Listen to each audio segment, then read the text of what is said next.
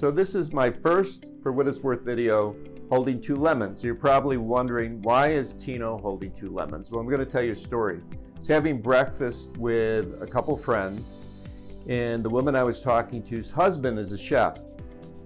And the story goes that her husband was helping people throughout the kitchen, learning how to cut celery and learning how to prepare meals. And actually, when he saw something wrong, he would often jump in and actually kind of take over and do the work.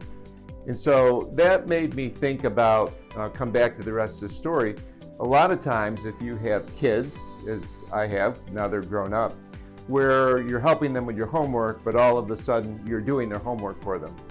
And what do they learn from that? Or if you're driving in a car and you're teaching somebody how to drive, you wouldn't get behind the wheel and say, I'm going to help you learn to drive by watch me.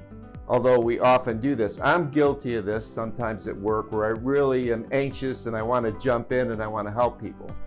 So story goes back to the chef that his boss came to him and said, look, I know what you're doing, and here's another idea. I want you to hold these 2 lemons in your hand through your entire shift, through the entire evening, and then try to help people in terms of showing them or telling them, maybe making suggestions about what to do, but you're not going to do that work for them.